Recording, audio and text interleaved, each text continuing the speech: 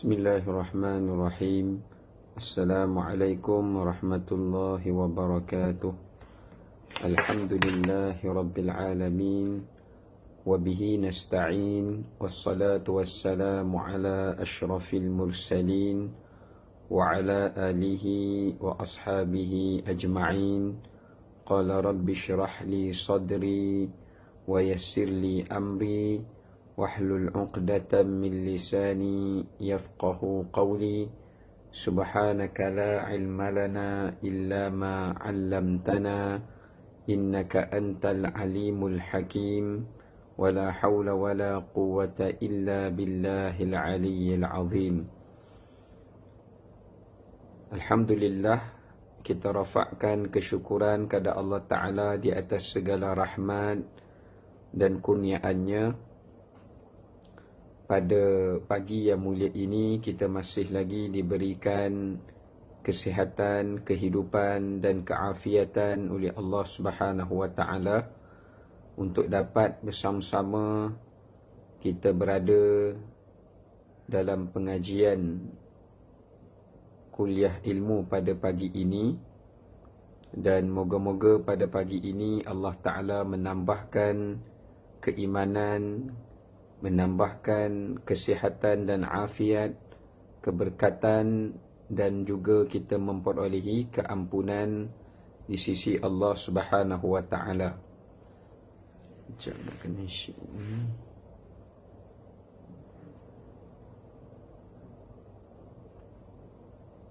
Baik. Untuk pengajian kelas QL pada pagi ini, insya-Allah saya diberikan amanah untuk menyampaikan tajuk berkenaan dengan cinta dan kasih baginda Nabi sallallahu alaihi wasallam. Jadi untuk pagi ini, sempena kita berada pada bulan Maulidur Rasul sallallahu alaihi wasallam, kita akan menyentuh berkenaan dengan bagaimana untuk kita mendalami dan menghayati kisah dan cinta Rasulullah sallallahu alaihi wasallam kepada umat baginda sallallahu alaihi wasallam. Di samping untuk kita menambahkan lagi juga rasa kasih dan cinta kita kepada baginda sallallahu alaihi wasallam, salah satu daripada asbabnya adalah dengan cara kita nak melihat beberapa perkara yang perlu untuk kita tunaikan sebagai umat Nabi sallallahu alaihi wasallam. Sekejap ya. Alamak. Okey, baik, kita sambung balik. Minta maaf. Baik, apabila kita menyebut berkenaan dengan cinta dan kasih, pemilik cinta dan kasih ini adalah merupakan Allah Subhanahu wa taala. Kerana Allah Subhanahu wa taala, salah satu daripada sifat bagi Allah Taala itu adalah sifat Ar-Rahman dan Ar-Rahim.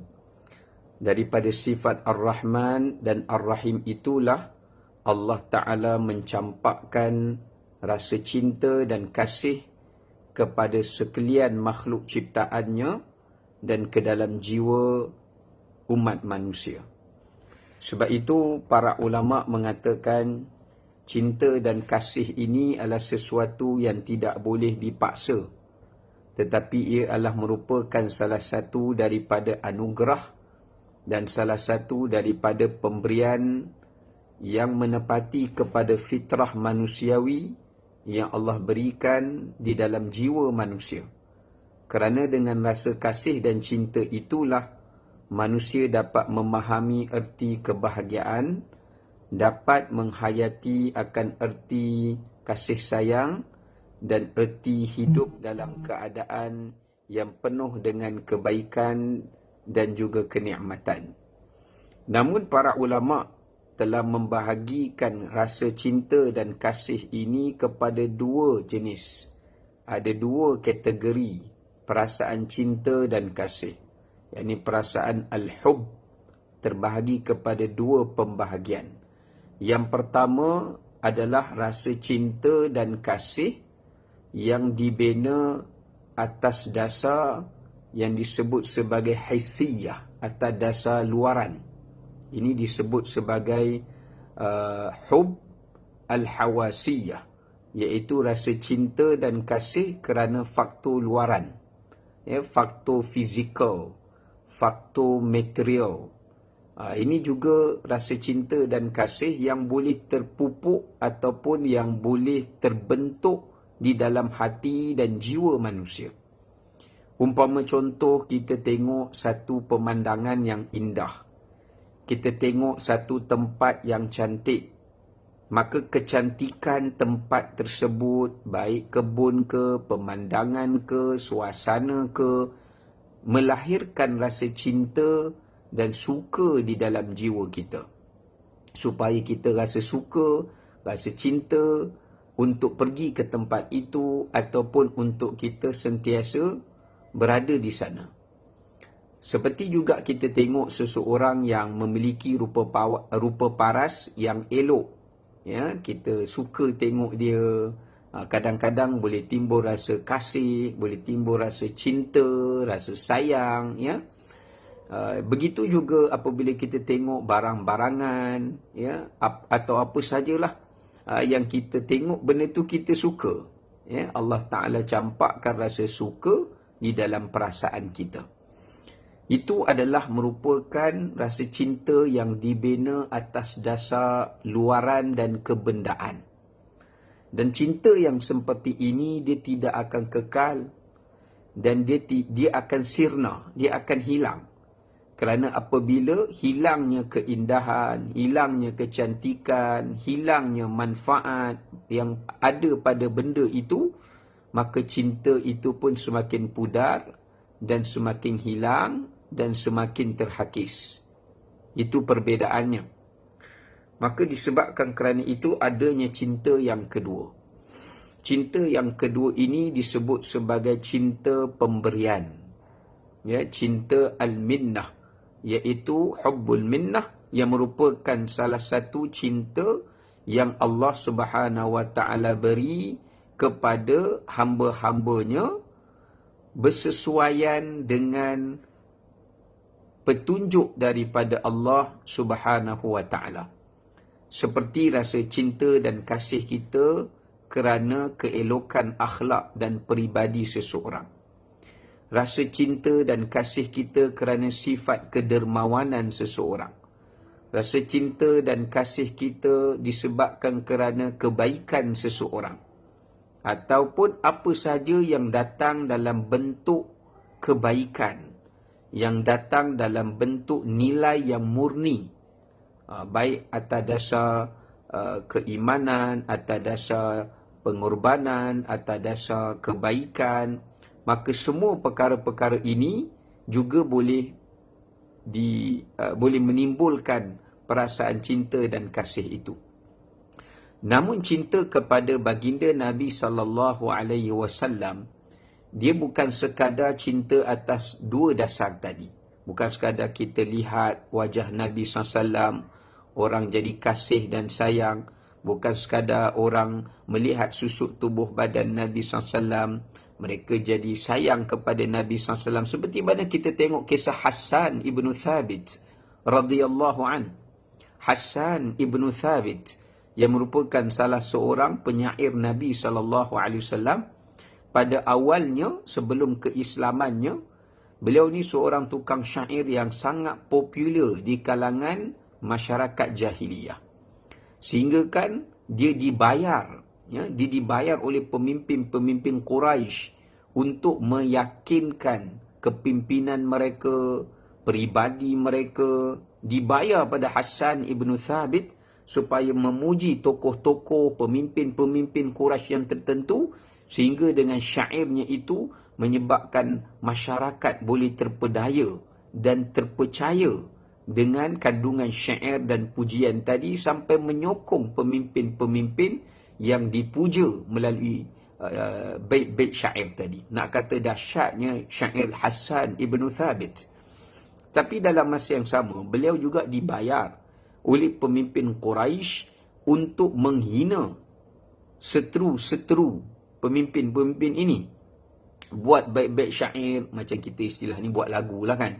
Jadi komposer, buat baik-baik syair untuk hina, untuk cerca seseorang itu. Ya.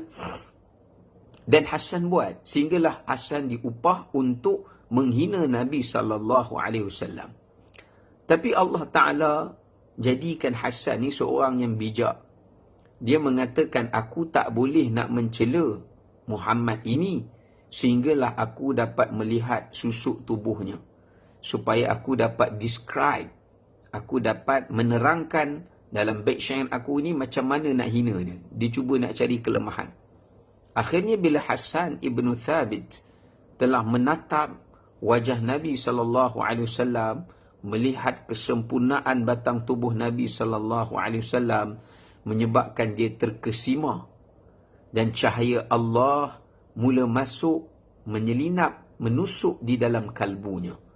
Sehinggalah pada ketika itu, dia telah pun secara tidak langsung mengungkapkan bait syair yang memuji Nabi SAW dengan pujian yang sangat masyhur, sehingga beliau mengatakan, kama khuliqta ma yasha, seperti mana diciptanya Muhammad ini, seolah-olah dia yang pilih nak muka macam mana, nak rupa macam mana. Dan akhirnya dia masuk Islam. Pada awalnya, kecintaan dia kepada Nabi SAW itu adalah dalam bentuk luaran. Tapi kecintaan itu harus dipupuk. Akhirnya, bila dia melihat kepribadian Nabi SAW, akhlak Nabi SAW, menyebabkan cintanya menjadi cinta yang sejati. Dan cinta kepada Nabi SAW bukan cinta atas dasar luaran, bukan cinta atas dasar anugerah kerana melihat kepribadian Nabi SAW, akhlak Nabi SAW.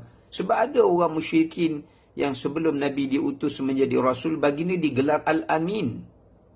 Baginda digelar As-Siddiq, orang yang benar, orang yang jujur, orang yang tidak pernah khianat. Mereka terkesima cinta kepada Nabi kerana akhlak Nabi. Tapi bila Nabi SAW bawa ajaran Islam, mereka dah mula cela Nabi. Kenapa? Sebab dua cinta ini, baik cinta atas dasar kebendaan, baik cinta atas dasar kerana dalaman, perlu diikat dengan keimanan. Perlu dihubungkan dengan ikatan keimanan. Sebab tu cinta kita kepada makhluk, cinta yang tak terikat dengan iman. Tetapi cinta kita kepada Nabi SAW adalah cinta yang bukan sekadar cinta yang biasa, tetapi cinta yang berkaitan dengan iman. Bila cinta berkait dengan iman, maka ia menjadi cinta yang diredai oleh Allah.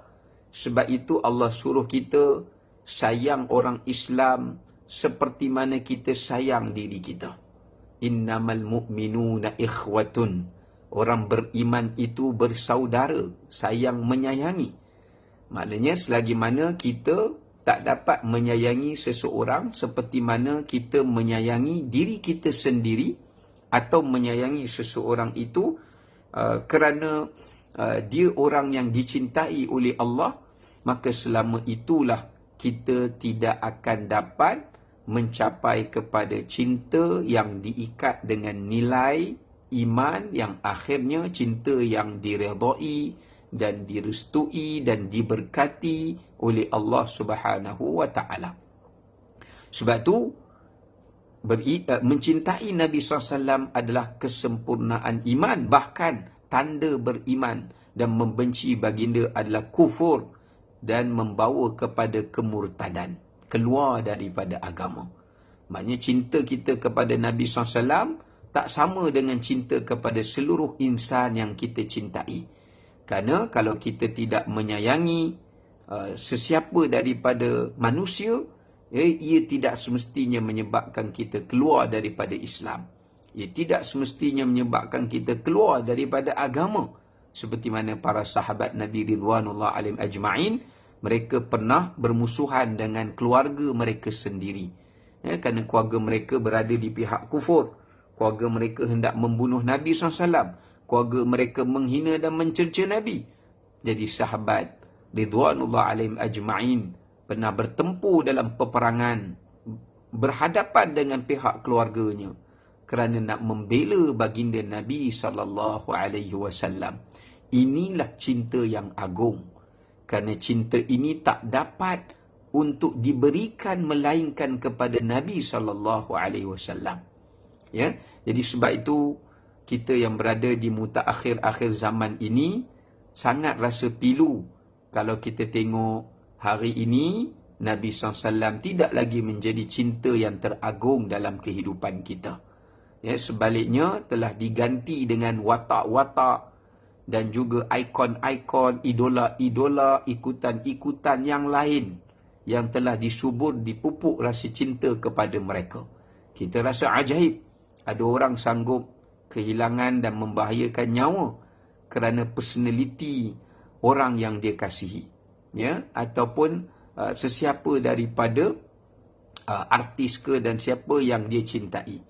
Tapi malangnya mereka telah dilalaikan daripada cinta yang bukan sekadar memberi manfaat kepada kita di dunia, bahkan lebih besar lagi dengan cinta itu menyebabkan kita mendapat manfaat yang tak mampu untuk diberikan oleh sesiapa pun manusia yang kita cintai di dunia ini, melainkan mencintai Nabi SAW, iaitu mendapat kesejahteraan di yaumul qiyamah. Inilah cinta yang sebenar. Cinta yang sebenar bukan sekadar cinta yang terjalin untuk kebahagiaan dunia, tapi cinta yang memberikan kepada kita dengan jalinan itu kebahagiaan, keselamatan, kerahmatan, perlindungan di negeri akhirat. Di mana pada hari itu ibu ayah sendiri, anak sendiri, keluarga sendiri pun tidak mampu untuk memberikan syafaat, memberikan pertolongan, memberikan tebusan untuk menyelamatkan kita daripada kedahsyatan, kesulitan pada hari kiamah, hisab, mizan, sirat, apatah lagi untuk mengeluarkan kita daripada neraka Allah, memasukkan kita dalam syurga Allah, melainkan semuanya memikirkan tentang diri sendiri. Likulli imri'in minhum yawma idzin sya'nun yughni, melainkan cinta kepada Rasulullah sallallahu alaihi wasallam. Baik, dalam kesempatan ini saya nak cerita terlebih dahulu bagaimana kasih dan cinta baginda Nabi sallallahu alaihi wasallam kepada umatnya. Dan cinta Nabi ni merentas alam. Baginda bukan mencintai umat Nabi SAW saja. Bahkan baginda mencintai alam ini. Baginda mencintai hayawan. Baginda mencintai pokok-pokok. Ya? Kerana ia semua makhluk Allah ada hak yang perlu dihormati. Bukan sekadar kita manusia, kita boleh buat apa saja. Cuma saya tak nak fokus yang itulah. Yang saya nak cerita tentang cinta Nabi SAW kepada umatnya. Ya, kalau nak cerita cinta Nabi kepada pokok, banyak hadis yang Nabi larang kita rosakkan tanaman. Nabi larang kita saja-saja patahkan tumbuhan yang segar, ya. Apatah lagi di tanah haram, ya. Dan baginda melarang kita buang air, ya, di tempat, di pokok-pokok, di tempat tanaman, ya, kerana ia boleh merosakkan dan mengotorinya. Banyak hadis sebut tentang hal ini. Bagaimana cinta Nabi kepada hayawan. Nabi pernah tengok seekor unta yang mengadu tuannya yang tidak memberikan hak kepadanya. Nabi tegur tuan dia. Nabi tegur tuan dia, ya, bahawasanya unta itu mengadu. Ya. Begitu juga bagaimana Nabi SAW pernah tengok burung, ya, anak burung, ya. Baginda pernah melihat bagaimana anak burung itu telah dikeluarkan daripada ibunya, dipisahkan daripada ibunya, atau setengah riwayat kata ibunya dipisahkan daripada anaknya, menyebabkan anak dia berlari-lari mencari ibunya di mana. Bila Nabi tengok, Nabi melaknat. Nabi kata, siapa yang memisahkan ibu daripada anaknya? Nabi melaknat perbuatan itu. Nabi mencela perbuatan itu. Cinta Nabi SAW pada hayawan. Ya? Dan banyak lagi lah Nabi pernah tengok hayawan yang telah dibunuh, ya, dengan zalim dan tidak dimanfaatkan. Nabi kata ia akan dibalas pada hari qiyamah. Cuma yang kita nak sebut pada hari ini adalah berkenaan dengan cinta baginda Nabi sallallahu alaihi wasallam kepada umatnya, ya. Baik. Antara yang boleh kita lihat bagaimana bentuk kecintaan Nabi sallallahu alaihi wasallam kepada umatnya sangat banyak. Tapi antara yang pertama yang boleh saya sebut dekat sini, antara kecintaan dan kasih Nabi sallallahu alaihi wasallam pada umatnya adalah baginda Nabi sallallahu alaihi wasallam tidak akan redha melainkan Allah Taala memberi jaminan yang umat Nabi sallallahu alaihi wasallam akan mendapat perlindungan, mendapat keselamatan, mendapat payungan dan jaminan daripada Allah di hari akhirat kelak nanti. Antaranya dalam satu riwayat yang disebutkan oleh Imam Muslim, ketika mana Nabi SAW satu hari membaca surah Ibrahim pada ayat 36, yang mana Allah berfirman, Rabbi innahunna adlalna kathiran minan nas, faman tabi'ani fa innahu minni, wa man asani fa innaka ghafurur rahim. Yang mana Nabi Ibrahim pernah berdoa, ya Allah, ya Tuhanku, sesungguhnya berhala-berhala ni dah banyak menyesatkan banyak manusia. Maka jadikanlah ya Allah daripada keturunanku ada yang mengikutiku. Nabi Ibrahim pernah berdoa agar Allah Ta'ala keluarkan daripada keturunan baginda itu ramai yang akan mengikut ajaran baginda dan ajaran nabi-nabi yang akan keluar daripada sulbi baginda. Dan jika ada di kalangan mereka yang berbuat maksiat pun, Nabi Ibrahim dah doa supaya Allah ampunkan dosa mereka. Daripada awal lagi Nabi Ibrahim dah doa, walaupun baginda tidak bertemu dengan umatnya. Begitu juga langsung selepas itu Nabi Muhammad SAW membaca firman Allah, in tu'adzibuhum fa innahum ibaduk wa in taghfir lahum fa innaka antal azizul hakim. Doa Nabi Isa AS ketika Nabi Isa berdoa, ya Allah, jika engkau azab umatku, sesungguhnya mereka itu adalah hamba-Mu, engkau ada hak untuk mengazab mereka. Tetapi ya Allah, Nabi Isa minta, jika kau ampunkan mereka ya Allah, kerana kelalaian kealpaan mereka, engkau adalah Tuhan yang maha perkasa lagi maha bijaksana. Bila membaca kedua-dua ayat ini, menangis Nabi SAW dengan tangisan yang teresak-esak. Sehingga kan Allah berfirman kepada Jibril, wahai Jibril, sal Muhammadan, pergi minta kepada Muhammad, maladhi yubkik, apa yang menyebabkan dia menangis. Bayangkan ya, tangisan Nabi itu hingga menyebabkan tangisan baginda didengari oleh Allah. Allah Maha mengetahui. Dan Allah perintahkan Allah perintahkan malaikat Jibril untuk turun pergi tanya kepada Nabi SAW, apa yang menyebabkan baginda menangis. Sedangkan kita tahu malaikat Jibril takkan turun melainkan urusan yang penting.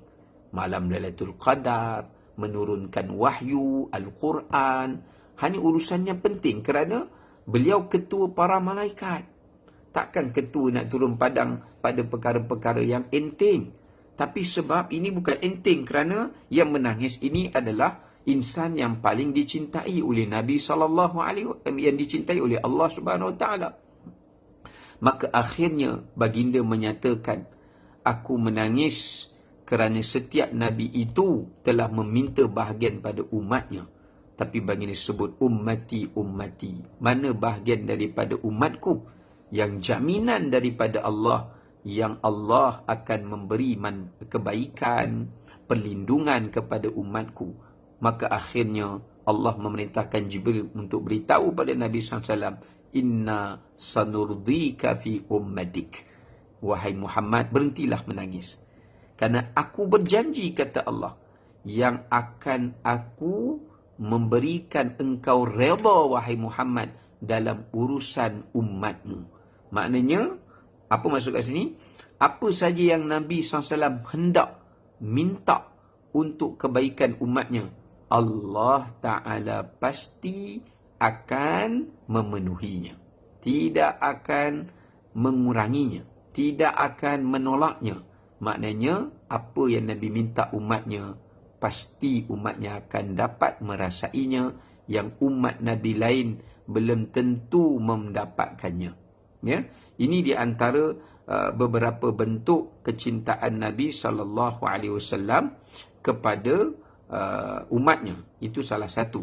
Kemudian kita nak tengok antara yang kedua yang menggambarkan cinta Rasulullah SAW kepada umatnya juga ada disebutkan di dalam beberapa riwayat yang lain. Antara riwayat yang lain yang disebutkan cinta Nabi SAW kepada umatnya adalah seperti mana dalam satu riwayat, ya, dalam sebuah riwayat menceritakan bagaimana Nabi SAW merindui untuk bertemu dengan umatnya. Ya, Nabi semua nak jumpa kita. Nabi SAW ingin, rindu untuk dan tidak sabar untuk bertemu dengan kita. Ya, tetapi Allah Ta'ala telah menetapkan semua makhluk tu kena mati. Ada ajalnya. Likulli ummatin ajal. Begitu juga Allah kata, innaka mayyitun wa innahum mayyitun. Engkau, wahai Muhammad, akan mati. Seperti mana manusia Nabi lain pun akan mati juga. Siapa pun, baik macam mana pun, akan mati. Yang jahat pun mati. Yang paling baik pun akan mati. Sebab kita makhluk yang tidak mati Allah Ta'ala. Tapi kena ingat, walaupun kita akan bertemu dengan kematian, namun ada satu kematian itu membawa kita kepada kehidupan yang paling bahagia. Sebab tu kematian ni ialah kita takutlah mati kan. Sebab amal kita macam mana, dosa kita mati. Ya, kita takut. Tapi bagi orang yang benar-benar bertakwa pada Allah, kematian tu membawa dia kepada kehidupan yang lebih baik. Nak bawa dia jumpa Allah, nak bawa dia tengok Nabi, dengan matilah. Nak bawa dia masuk syurga. Kalau tak mati, tak dapat semua ni. Kalau kita terus nak duduk kat dunia ni, kita tak boleh tengok Allah. Semayang bolehlah, tapi nak tengok zat Allah di dalam syurga, kena matilah. Nak jumpa Nabi Muhammad SAW, kena matilah. Nak jumpa arwah mak ayah kita, moyang-moyang kita, orang yang kita sayang yang dah meninggal dulu, kena matilah. Kalau tak mati, nak jumpa macam mana? Tak boleh jumpa. Sebab kerana itu, disebut dalam riwayat bagaimana Nabi SAW menangis kerana nak bertemu dengan umatnya. Allahu Akbar. Di mana kita? Di mana kerinduan kita? Cuba kita muhasabah. Setakat mana rindu kita kepada Nabi SAW? Pernah tak kita menangis bila dengar cerita Nabi SAW, baca sirah Nabi SAW? Pernah tak kita ni menangis kerana rindu nak tengok Nabi SAW? Walhal baginda SAW pernah berbuat begitu kepada kita. Sebab itu dalam satu riwayat, hadis ni panjang ya. Hadis ni menceritakan bagaimana satu ketika Nabi SAW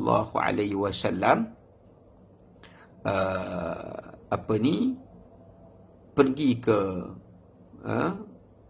perkuburan Baqi'. Dalam setengah riwayat menyebutkan demikian ya. Kemudian Anas bin Malik mengatakan, aku dengar Nabi SAW, maksudnya Anas teman Nabi, aku dengar baginda kata, wuditu anni laqitu ikhwani. Aku sangat berkeinginan, sangat teringin, mengimpikan untuk bertemu dengan saudara-saudaraku. Maka ada beberapa sahabat yang ada di samping Nabi ketika itu berkata, awalasna ikhwanuk? Ya Rasulullah, bukankah kami ni saudara kamu?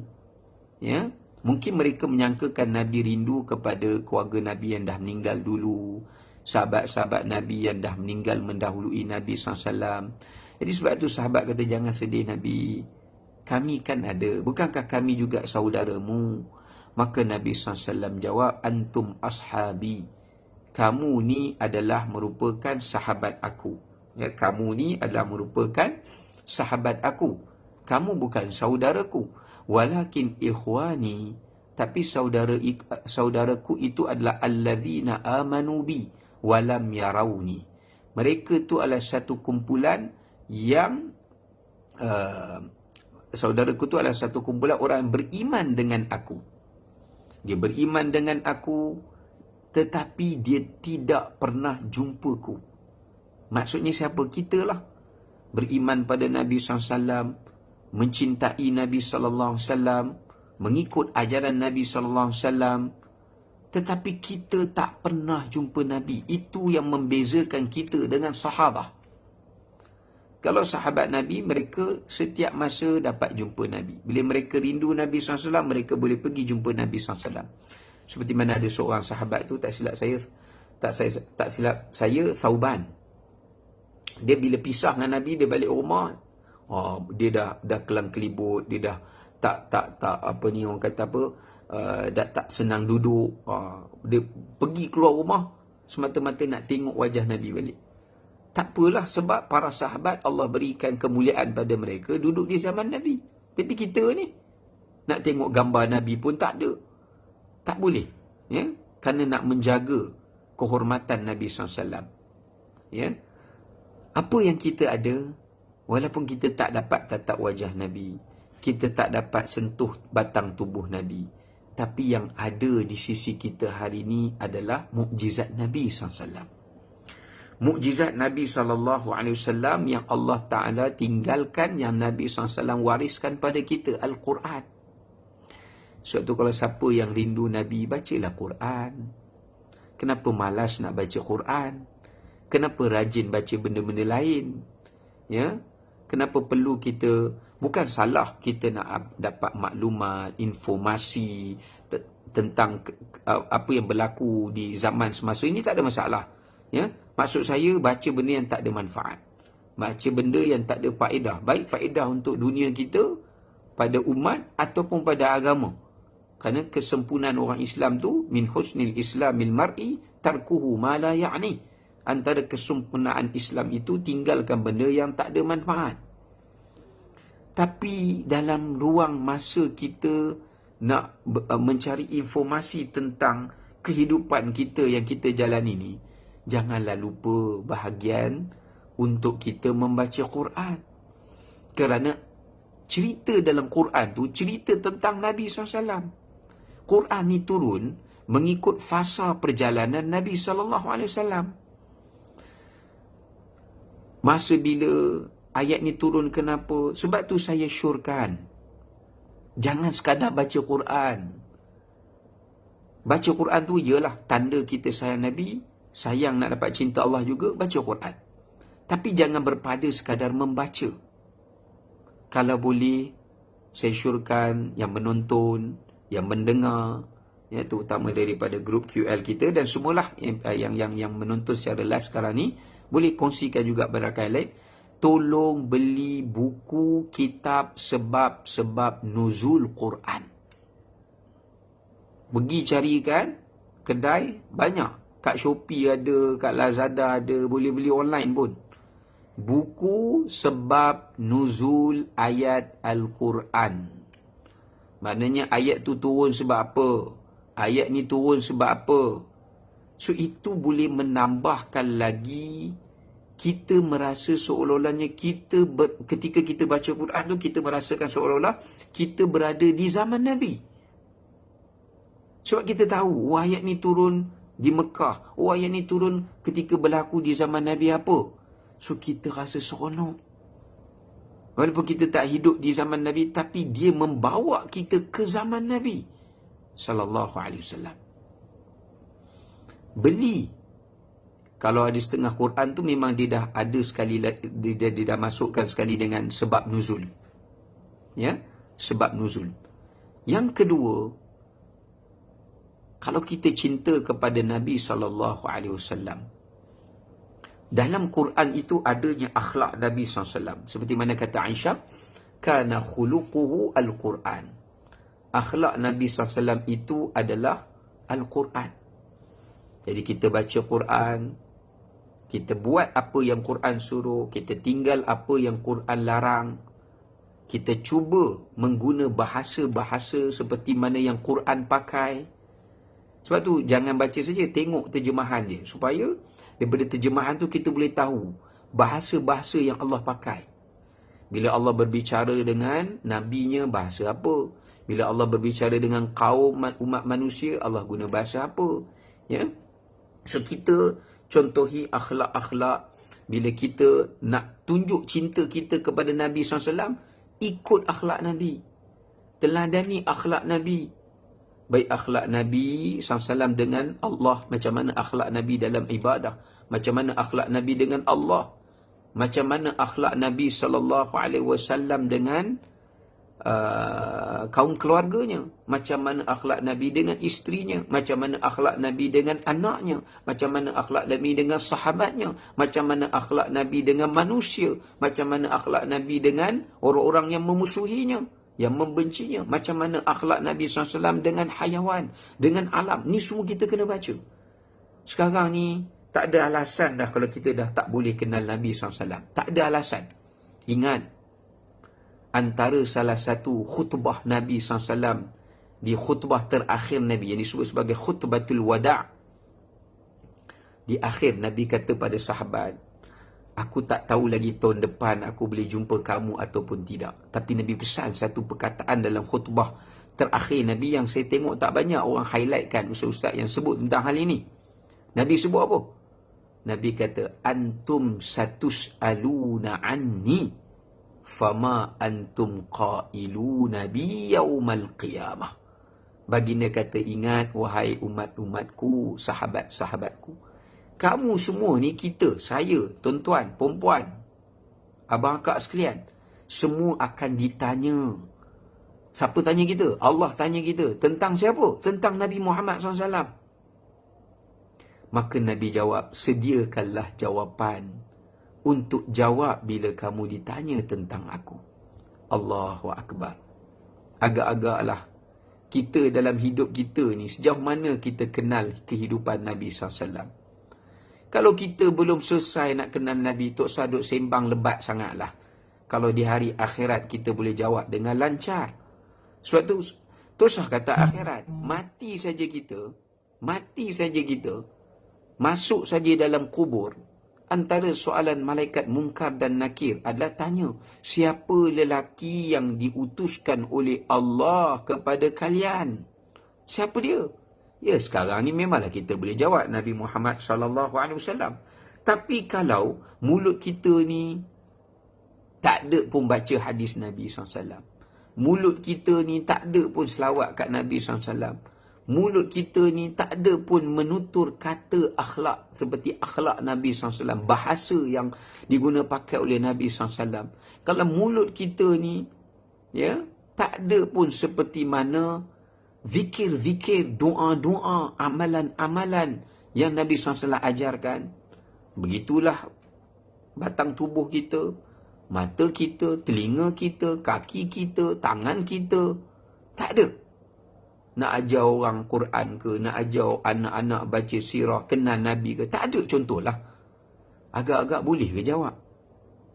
Sekarang ni boleh jawab sebab akal ada. Tapi kita masuk dalam kubur ke akhirat, bukan akal ni yang bantu kita jawab, tapi amalan kita. Malanglah orang yang menyibukkan hidupnya untuk mengenali manusia yang lain melebihi Nabi dan Rasulullah SAW. Kerana Allah takkan tanya kita pun, kalau kita hafal sejarah tokoh-tokoh, bukan tokoh-tokoh lah, tokoh-tokoh orang yang baik-baik itu tak apalah kita ingat kan, tokoh-tokoh ulama, tokoh-tokoh pemimpin yang hebat, yang adil, ini tak ada masalah. Maksud saya, kita mengingati personality orang-orang tertentu, kita tahu dia lahir berapa, dia membesar macam mana, kita hafal A to Z. Sedangkan dia takkan ditanya pun di akhirat. Bahkan kita takkan dapat apa manfaat pun dekat akhirat daripada dia. Dia pun tak boleh bagi kita, kita pun tak boleh minta tolong pada dia.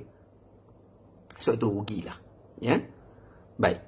Maka disebabkan kerana itu, saya sebutkan, saya pesankan, ya, supaya kita ini ambil peluang, ya. Ambil peluang, supaya kita ajar anak kita, pupuk anak kita untuk cintakan Nabi SAW. Banyakkah mereka dengar kisah para Nabi, ya?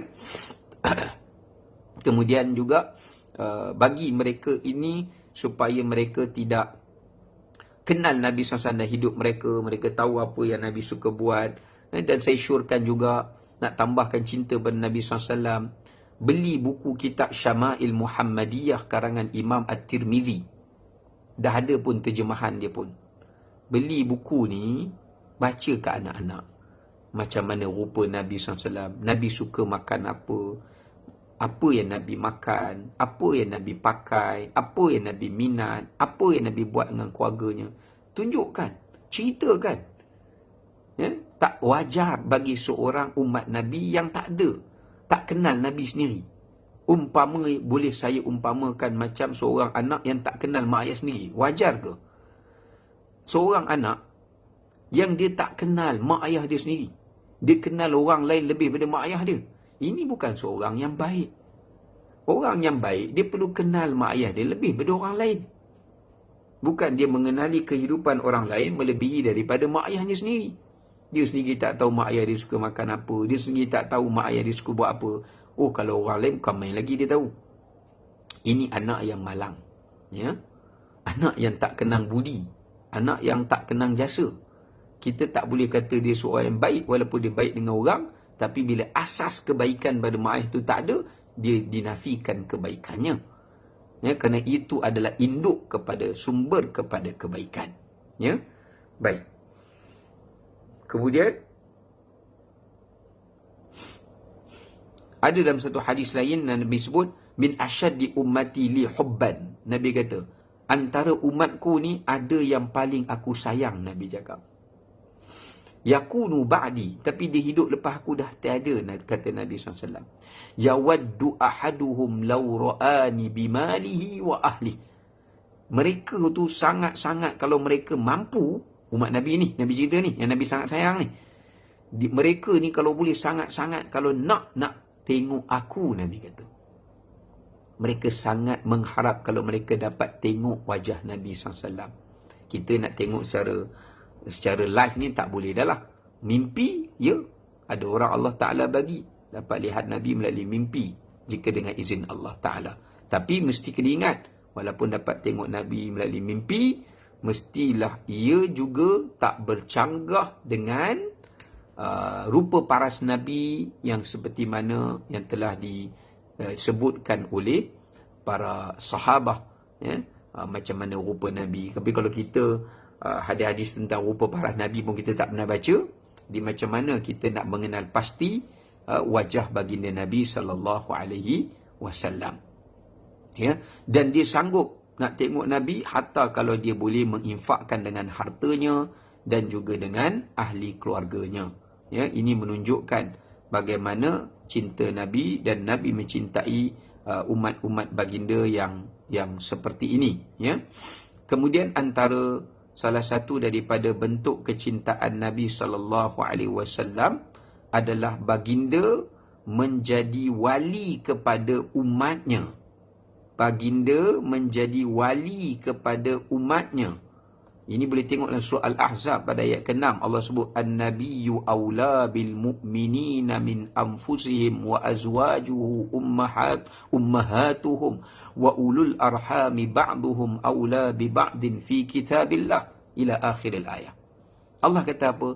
Nabi itu adalah menjadi penolong kepada orang beriman daripada dirinya sendiri dan manakala isteri-isteri Nabi itu adalah ibu kepada orang beriman. Sayangnya Nabi SAW kepada umatnya sehingga baginda menjadi wali, penolong kepada umatnya yang beriman. Di sini ulama bincang. Ya, ulama bincang kewalian Nabi SAW kepada umatnya itu. Kalau kita nak cerita bab wali ni panjang lah kan. Wali nikah, wali itu panjang lah cerita. Saya nak kaitkan kat sini maksud wali Nabi SAW kepada umatnya. Ya. Apa yang disebut dekat sini? Dekat sini menunjukkan kepada kita bahawasanya baginda Nabi SAW menjadi wali kepada umatnya liman mata wa alaihi dainun. Ini disebut baginda menjadi wali kepada umatnya, baik wali untuk syafaatkan umatnya, penolong, baik wali dalam bab yang berkaitan dengan hutang umatnya. Maknanya siapa-siapa umat Nabi Muhammad sallallahu alaihi wasallam yang mati ada hutang dan dia memang miskin, dia bukannya saja-saja berhutang, dia memang terpaksa berhutang, dia perlu berhutang, ya, bukan saja-saja nak berhutang, tidak. Dan dia memang tak ada duit nak bayar, lepas dia mati tu memang tak ada duit nak bayar. Bukan saja-saja tak nak bayar, ada anak pun miskin, tak boleh nak bayar hutang bapa. Kalau dia mati di hari akhirat, kalau dia memikul beban hutang itu, Nabi SAW akan bayar hutang itu untuknya. Setengah ulama menafsirkan, kalau ada di kalangan umat Nabi di zaman Nabi, masa Nabi hidup, kalau mereka ada hutang, Nabi yang bayar. Lepas tu ada beberapa orang sahabat yang memang meninggal dunia, memang ada hutang. Sebab tu sebelum nak solat jenazah, Nabi akan tanya, si fulan ada hutang tidak? Ada. Ada tak penjamin? Tak ada. Kalau tak ada, Nabi kata, aku jamin. Nabi jadi garantor. Bayangkan sayangnya Nabi kepada umatnya, kita bukan senang. Setiap kali orang meninggal, ada hutang, kita nak jamin ke? Kadang-kadang hutang adik-beradik kita pun, kita jadi garantor pun boleh tentu kita bayar. Kita suruh je lah adik kita bayar, dan dia yang berhutang. Walaupun kita penjamin, belum tentu kita akan tolong bayar untuk dia.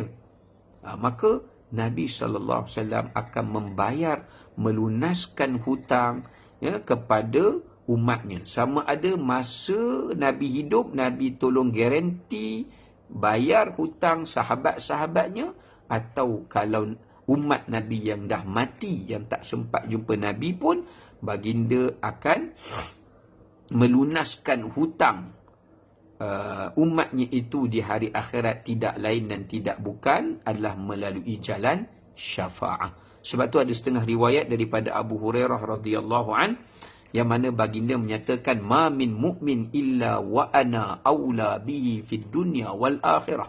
Tak ada orang beriman, kata Nabi SAW, melainkan aku yang paling berhak untuk menjadi penolongnya di dunia dan di akhirat. Kemudian Nabi kata, iqra'u ma syi'tum. Bacalah firman Allah, an-nabiyyu aula bil mu'minina min anfusihim, dalam surah Al-Ahzab ayat 6 tadi itu.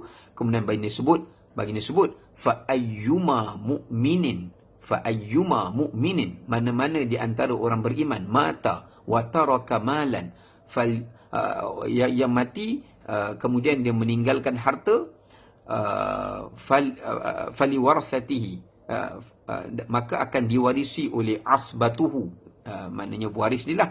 Tapi siapa yang mati di kalangan umat Nabi yang ada hutang, au dayaan, ataupun tak ada harta, falyati, ya, falyatini, kata Nabi, datanglah jumpa aku, fa ana maulahu, maka aku akan melunaskannya, aku yang akan membayarnya.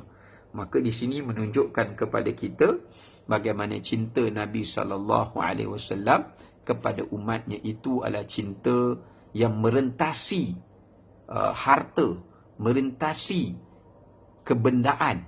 Ya, kadang-kadang kita sayang ke orang ni kerana kebendaan. Ya, kerana orang tu ada harta, ada jawatan, ada kedudukan, ada pengaruh. Ni merentasi kebendaan, merentasi kepentingan dunia. Walaupun Nabi SAW tak kenal seseorang tu, tapi kalau dia ada hutang, dia hidup zaman Nabi, Nabi akan bayar untuk dia. Ya, selama mana syarat dia beriman lah. Ya, kerana nak jadi umat Nabi ni ada umat yang ijabah, ada umat yang dakwah. Umat dakwah ni umat yang tak beriman. Ya, tapi yang Nabi jamin ni, Nabi bayar ni, ummatun ijabah. Mana umat Nabi yang beriman pada Nabi SAW. Baik. Kemudian cinta Nabi SAW dan kasih baginda lagi pada umatnya. Baginda Nabi mendoakan kepada umatnya setiap kali dalam salat. Masya Allah. Ya, baginda mendoakan kepada umatnya setiap kali dalam salat. Dalam riwayat Aisyah radhiyallahu anha, Aisyah kata, ketika mana aku melihat Nabi SAW tibu nafsin, aku tengok Nabi dalam keadaan yang tenang, ya? Nabi tengah duduk dalam keadaan beristirahat, ya. Kemudian Aisyah kata, "Ya Rasulullah, ud'ullah li." Wahai Rasulullah, boleh tak doa kepada Allah untuk aku? Siapa tak nak Nabi doa untuk diri dia, ya?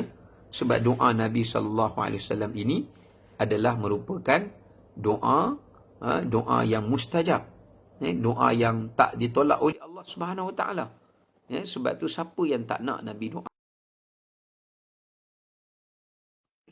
walaupun mereka seorang isteri kepada Nabi SAW. Maka apa Nabi buat? Nabi terus angkat tangan, Nabi doa, Allahumma ghfir li Aisyata ma qaddamat wa ma akharat wa ma asarrat wa ma a'lanat. Ya Allah, ampunkanlah dosa Aisyah, ya, yang lepas, yang akan datang, yang sengaja, yang tak sengaja, yang tersembunyi, yang terang-terangan. Aisyah bila dengar Nabi doa macam tu, punya seronok dia. Dia senyum, dia ketawa, sampailah dia letakkan kepala dia ke lantai. Kerana terlalu gembira. Ya, terlalu gembira. Sampai bila Nabi tengok, ish, seronok sungguh Aisyah ni.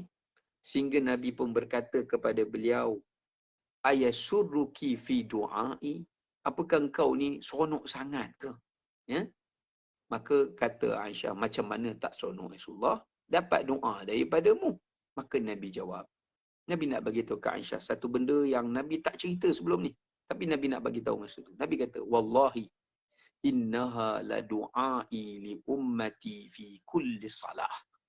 Dia kata, demi Allah, wahai Aisyah, kalau kamu nak tahu, setiap kali dalam doaku, aku mendoakan kepada umatku. Bila sebut salah, boleh memberi maksud sama ada di dalam solat Nabi doakan untuk umatnya, ataupun di luar solat pun Nabi SAW mendoakan kepada umatnya. Subhanallah, Masya Allah. Ya, cuba bayangkan.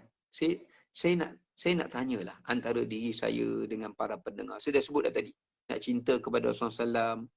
Ya, tadi cinta Nabi pada kita, saya dah terangkan tadi. Nak cinta pada Nabi, baca Al-Quran, baca tadabbur Quran, belajar tentang Quran, dalami tafsirnya, hukum hakamnya, berakhlak dengan Quran, beramal dengan Quran, beli kitab sebab nuzul, saya dah terangkan tadi. Beli kitab sebab turun. Kemudian nak sayang kat Nabi lagi, saya kata dah tadi, beli kitab Syama'il. Yang kedua, saya terlepas pandang tadi, beli kitab sirah. Baca sirah Nabi SAW. Saya nak cerita, ada seorang sahabat saya tak perlu saya sebut nama dia lah, tapi dia cerita kat saya. Dia pernah nak buat satu operation yang major jugalah, ya. Tapi dia masalah darah tinggi, BP dia ni, bacaan dia tinggi. Jadi doktor tengok kalau dia stres, dia takut, tak boleh lah nak buat operation tu, kena dia betul-betul stable, tekanan darah dia okey. Kemudian dia kata kat saya, tolonglah doa. Saya kata, kita sama-sama doa lah. Cuma saya kata, duduk kat hospital tu buat apa? Dia kata, tak ada buat apa kan. Duduk lah kan. Duduk tengok lah WhatsApp ke mana, kuliah online ke apa benda. Jadi saya pun pergi ziarah dia, saya bawa lah apa ni, buku sirah yang nipis lah, taklah tebal kan. Saya kata bacalah, ya, dapatlah isi masa sikit kan. Dia pun baca sirah Nabi SAW. Nak katakan kuasa Allah, ya, of course kuasa daripada Allah, izin daripada Allah. Yang beberapa hari yang tak dapat nak disempurnakan operation itu, dengan izin Allah, tekanan darah dia jadi normal. Dan dia dapat menjalani pembedahan. Lepas pembedahan saya tanya dia, macam mana? Pembedahan semua selamat, okey. Tapi dia kata, saat yang paling tragis yang menyebabkan dia rasa jiwa ni betul-betul tenang, Allah campakkan tenang, bila dia baca kisah pengorbanan Nabi dalam dakwah. Ya, dia baca dalam sirah tu, macam mana Nabi sallallahu alaihi wasallam dihalau daripada Taif, berdarah kakinya. Lepas Khadijah wafat, Abu Talib meninggal, Fatimah menangis sebab tengok setiap kali Nabi keluar balik ke rumah lepas dakwah, baju Nabi akan dipenuhi dengan kotoran. Kepala Nabi akan penuh dengan debu tanah.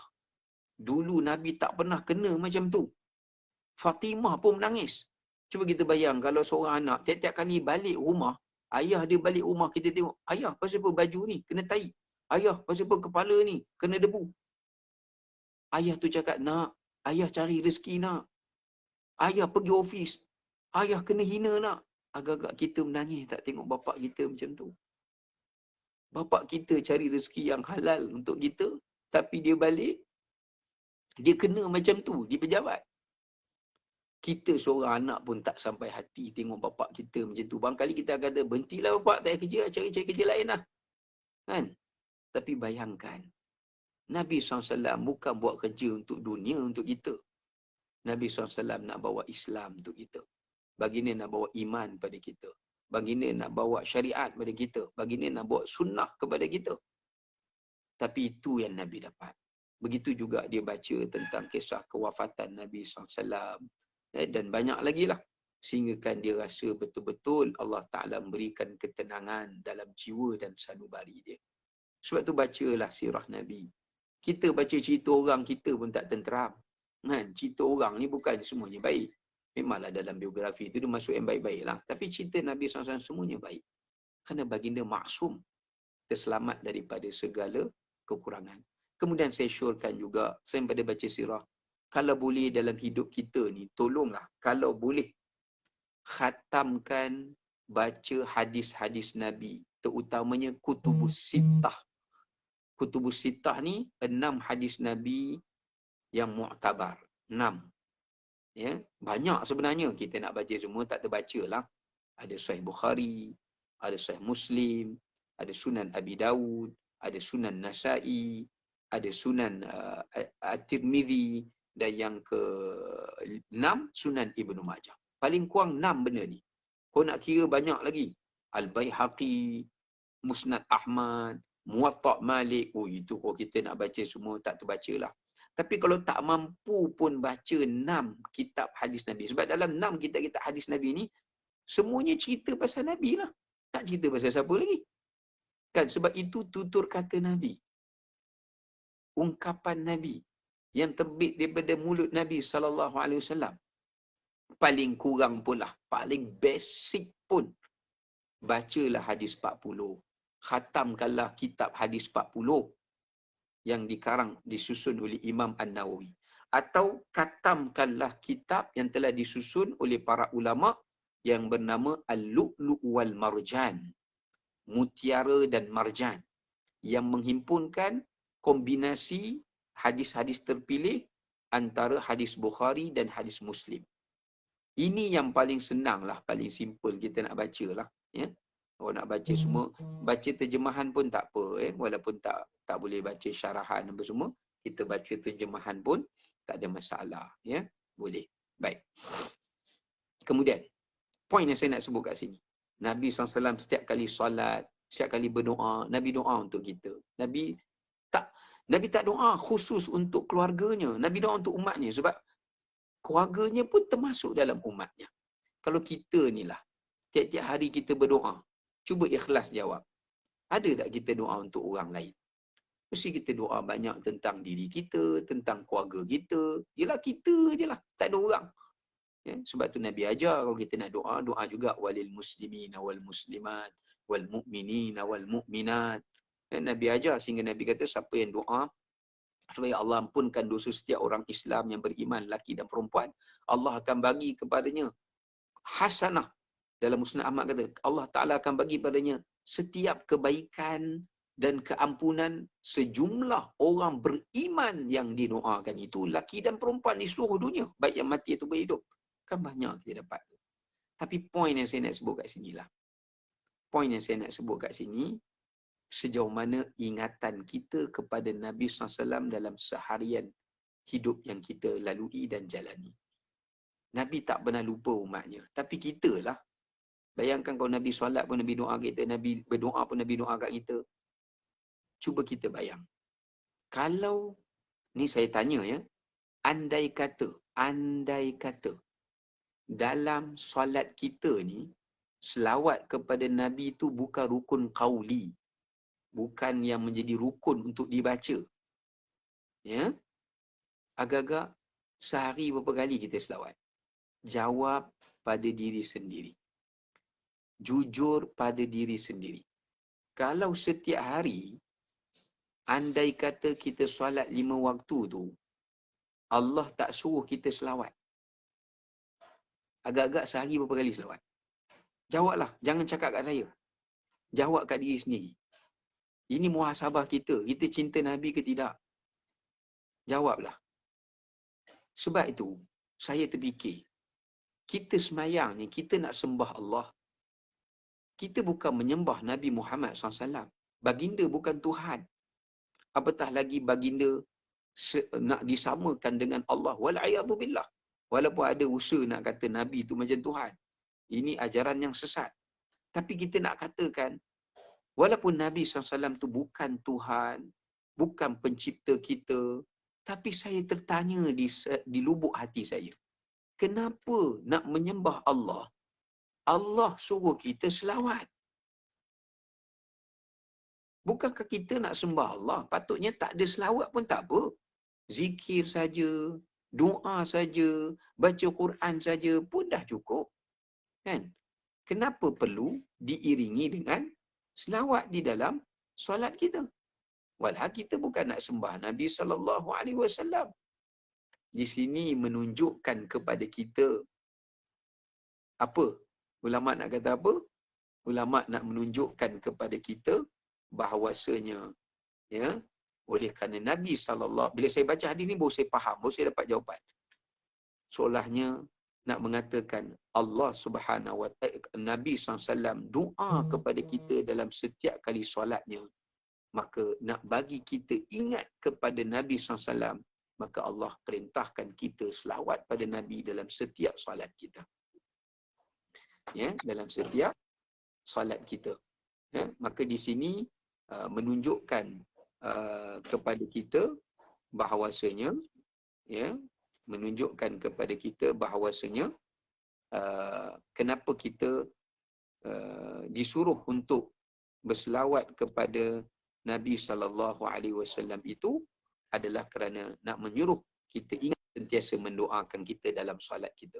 So, supaya kita tak lupa Nabi.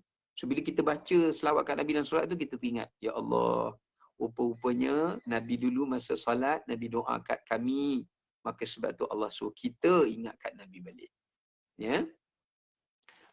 Selain daripada itu, kerana dalam solat kita disuruh kita berselawat, antara hikmahnya juga adalah untuk mengingatkan kepada kita, walaupun kita nak sembah Allah, tetapi nak menjadi asbab tidak keberkatan, kedudukan Nabi SAW itu juga menjadi salah satu asbab, ya, untuk kita disuruh berselawat kepada baginda di dalam solat kita. Kerana solat itu juga doa. Sebab tu ada dalam satu hadis yang lain, Nabi sebut mana-mana doa yang tidak ada pujian kepada Allah dan tidak ada selawat kepada aku, maka doa tu tidak akan diangkat. Ya. So, salah satu asbab nak jadikan solat kita itu yang cukup rukunnya, syaratnya, khusyuknya, segalanya untuk diterima, salah satunya kita berselawat kepada Nabi dalam solat tu. Nombor 2, kita menunaikan solat seperti mana solat yang diajar oleh Nabi SAW. Yang Nabi kata, sallu kama ra'aitumuni usalli. Solatlah kamu seperti mana kamu tengok aku solat. So, bila kita selawatkan Nabi dan solat kita, seolah-olahnya kita nak usaha menjadikan solat kita itu persis seperti mana solat baginda Nabi SAW, baik dari segi luarannya ataupun di dalam hatinya. Ya, mana yang kita termampu. Baik. Macam tu juga dalam kita berdoa pun kita kena selawatkan Nabi SAW. Dan cuba kita bayangkan, Allah Ta'ala ni nak ingatkan kita kepada Nabi supaya umat Nabi ni tak lupa kat Nabi. Bukan dalam solat saja kita kena selawat. Dalam doa pun kita kena selawat. Bahkan Allah kata dalam Quran, wa rafa'na laka dzikrak. Kami akan angkat namamu wahai Muhammad. Kami akan ingatkan umatmu kepada namamu wahai Muhammad. Antaranya kita tengok dalam lafaz azan pun ada nama Nabi Muhammad sallallahu alaihi wasallam. Wa asyhadu anna Muhammadar Rasulullah. Dalam azan pun Allah masukkan nama Nabi Muhammad SAW. Setiap hari 5 kali berkumandang azan. 5 kali berkumandang iqamah. Kita dengar nama Nabi diucap 5 kali setiap waktu. Tapi kadang-kadang manusia ni dengar azan pun tak jawab. Kan? Macam mana kita ni? Dengar azan pun tak jawab. Memanglah tidaklah wajib. Kan? Selawat kat Nabi dalam doa pun tidaklah wajib. Tetapi itu adab kita. Lambang simbol cinta kita. Kan? Simbol cinta kita. Kalau kita sayang kat orang tu, kita selalulah sebut nama dia. Ya? Allah dah remind kita dah. Lepas tu, nama Nabi bila kita dengar, Nabi suruh kita selawat kat dia. Bila kita pergi belajar majlis ilmu, berapa kali ustaz yang mengajar sebut nama Nabi Muhammad SAW. Sebab tu Nabi kata orang bakhil tu, man dzukirtu indahu falam yusalli alayya. Disebut nama aku tapi dia tetap tak berselawat pada aku. Ini orang yang bakhil, Nabi kata.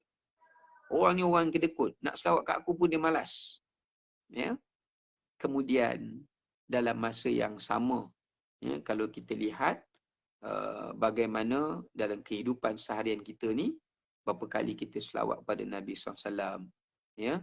Bahkan selawat pada Nabi tu dalam banyak hadis sebut diberikan kebaikan, diangkatnya darjat, digugurkan dosa, banyak kelebihannya.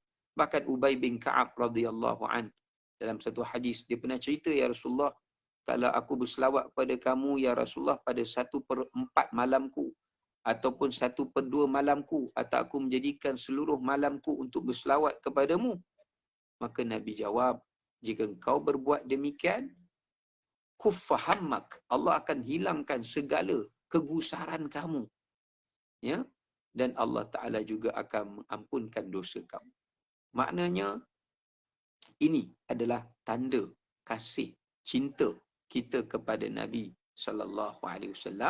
Salah satu daripadanya, selawat pada baginda, mempelajari hadis-hadis baginda, mengajarkan hadis-hadis baginda, menyampaikan hadis-hadis baginda, suka mendengar hadis-hadis baginda, kisah baginda, akhlak baginda. Ya, sebab tu Nabi kata, naddarallahu imra'an. Ya, Allah akan mencahayakan wajah seseorang yang sami'a maqalati, yang dengar hadis Nabi, fawa'aha, fahafizaha, dia dengar, dia jaga hadis Nabi yang dia dengar, dia hafal, ya. Kemudian dia menyampaikannya, ya, fayuballighuha, kemudian dia menyampaikan hadis tu kama sami', seperti mana yang dia dengar. Orang yang buat macam ni, Allah Ta'ala akan bagi nur, cahaya dalam kehidupannya, pada wajahnya. Ya?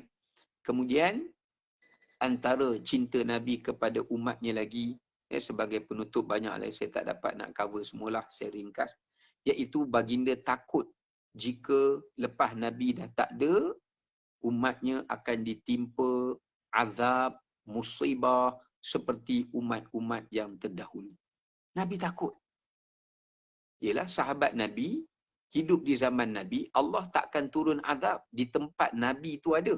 Dalilnya dalam surah apa saya tengok? Surah Al-Anfal, tak silap saya. Ayat ke berapa saya terlupa, minta maaf. Dan surah Al-Anfal Allah kata, "Wa ma kana Allahu liyu'adzibahum wa anta fihim." Wahai Muhammad, Allah kata, aku takkan turunkan azab selama mana engkau ada di situ. Sebab tu dekat Mekah, Allah tak turunkan bala. Allah tak turunkan bala kat penduduk Mekah. Penduduk Mekah seksa sahabat Nabi, bunuh sahabat Nabi. Allah tak turunkan bala. Sebab apa? Nabi duduk kat Mekah lagi. Kalau Allah turunkan bala, nanti Nabi pun kena. Sebab tu kalau kita baca kisah-kisah para Nabi kan, bila Allah nak turunkan bala kat kaum Ad, kaum Samud, kaum Madian, kaum semua kaum lah, Allah akan suruh Nabi tu keluar dulu. Allah akan suruh Nabi tu bawa orang beriman keluar daripada negeri itu dulu. Bawa Allah turunkan bala. Sebab Allah sayangkan Nabi tu. Sebab tu Allah tak turunkan bala dekat Mekah. Bila Nabi dah hijrah ke Madinah, Allah bagi kemarau kat Mekah. Ya, seperti mana Nabi pernah berdoa, ya Allah berilah kemarau kepada orang musyrikin seperti mana kemarau yang menimpa umat Nabi Yusuf. Mereka hidup merana. Sampailah Nabi doa balik kan. Baik. Tapi Nabi risau, lepas Nabi dah tak ada nanti macam mana?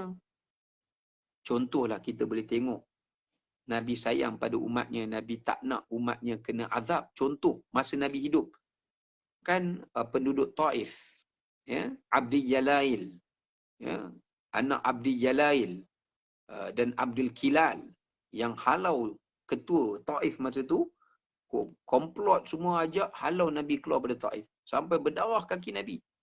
Ditawarkan oleh malaikat penjaga bukit yang besar di Mekah untuk mengangkat dan menghimpap kepada penduduk Taif. Nabi kata jangan.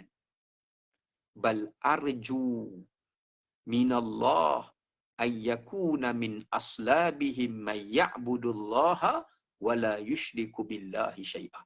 Nabi kata jangan bunuh umatku, jangan hancurkan umatku. Aku berharap adalah kalau dema ni tak nak beriman pun, aku berharap akan keluar daripada keturunan mereka ini orang yang akan satu hari menyembah Allah dan tidak mensyirikkan Allah. Tengok, sayang Nabi pada umatnya daripada kena azab masa Nabi hidup. Lepas Nabi, dan Nabi juga risau kena umatnya azab jika Nabi dah wafat. Contoh ada satu hadis daripada Abdullah bin Amr radhiyallahu an, ya, ketika mana berlakunya gerhana matahari, ya, Nabi SAW terus bangun, ya. Nabi SAW pun ajak untuk buat solat gerhana matahari. Lepas Nabi buat, kemudian Nabi sujud yang lama, dan dari riwayat tersebut thumma nafaqa fi akhiri sujudih, Nabi panjangkan sujud akhirnya sambil Nabi kata uf. Nabi kata uf. Nabi kata, ya. Thumma qal, kemudian Nabi kata, Rabbi alam ta'iduni alla tu'adzibahum wa ana fihim ala ta'udni, ya. Tu'idni wa'ada, ya, tu'idni alla tu'adzibahum wa hum yastaghfirun. Nabi kata, ya Allah, tidakkah kau berjanji kepada aku yang kau takkan azab umatku kalau aku masih hidup? Begitu juga engkau berjanji kepada aku tidak akan mengazab umatku selama mana umatku meminta ampun kepadamu. Sebab itu kita kena jadi umat Nabi SAW yang selalu beristighfar. Banyakkan istighfar, banyakkan minta ampun pada Allah, selalu untuk bertaubat. Ini adalah di antara asbab yang Nabi ajar kepada kita supaya kita terhindar daripada azab Allah dan daripada musibah, daripada malapetaka selepas ketiadaan Nabi dan kewafatan Nabi SAW. Bahkan ada dalam riwayat hadis yang lain, baginda minta 3 permintaan pada Allah. Jangan timpakan pada umat Nabi seperti mana yang pernah menimpa kepada umat Nabi, iaitu daripada as-sanah. Nabi minta jangan timpa kemarau yang mematikan mereka. Allah kabulkan. Dan Nabi juga minta jangan Allah Ta'ala mengazab umatnya seperti umat Nabi yang dulu. Allah perkenankan. Cuma yang ketiga je Nabi minta Allah tak perkenan, iaitu Allah minta kepada, Nabi minta kepada Allah Ta'ala agar jangan bagi umat Nabi ini bermusuhan antara satu dengan yang lain, yang ni Allah tak perkenankan. Kerana ada hikmahnya. Ya? Ada hikmahnya kerana nak suruh kita sendiri kena ubah diri kita, ya, supaya mengasihani sesama umat Islam, ya, dan hidupkan tawasau bil haq wa tawasau bis sabr, berpesan kepada kebaikan, berpesan kepada kebenaran, ya. Baik, ini antara banyak lagi lah yang saya tak sempat nak ceritakan. Cinta Nabi SAW, antaranya Nabi simpan doa Nabi, yang Nabi-Nabi yang lain pun dah tunjukkan, dah gunakan kelebihan doa-doa itu, melainkan Nabi SAW dia tak gunakan, kerana Nabi kata, aku nak simpan doa aku itu pada hari kiamat untuk umatku, supaya ia menjadi syafaat untuk selamatkan umatku kelak di hari akhirat. Kerana kesusahan, kesulitan di hari akhirat itu lebih umatku perlukan daripada kesulitan dan kesusahan yang ada di dunia ini, ya. Jadi itu di antara beberapa perkara yang dapat kita kongsikan, sedikit sebanyak, moga-moga ia memberikan manfaat kepada kita. Secara ringkas saya tak dapat nak cover semua. atas masa yang terhad ya. InsyaAllah sekadar itu. Barakallahu fikum. Terima kasih. Assalamualaikum warahmatullahi wabarakatuh.